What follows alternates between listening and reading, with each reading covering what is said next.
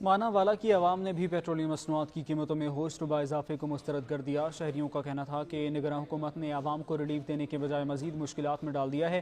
مزید جانتے ہیں میاں شیر محمد زرگر کی اس رپورٹ میں۔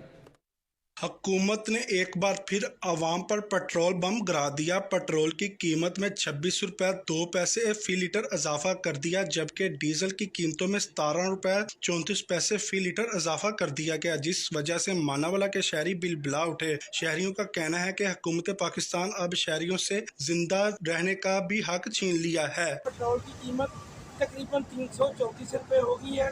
یہ بہت زیادہ ظلم ہے۔ مہنگائی سے پہلے ہی ہم غریب عوام تنگ آ چکے ہیں۔ تو دوسری طرف پیٹرولیم مصنوعات میں اضافے سے مہنگائی کا طوفان برپا ہوگا، جو عام آدمی کے لیے ناقابل برداشت ہے۔ ماناوالا کے شہری بہت پریشان دکھائی دے رہے ہیں اور ماناوالا کے شہریوں نے مطالبہ کیا ہے کہ ان قیمتوں کو جلد سے جلد کم کیا جائے۔ کیمرہ ٹیم کے ساتھ میاں شیر محمد زرگر، نمائندہ سچ نیوز، ماناوالا۔ نگراں حکومت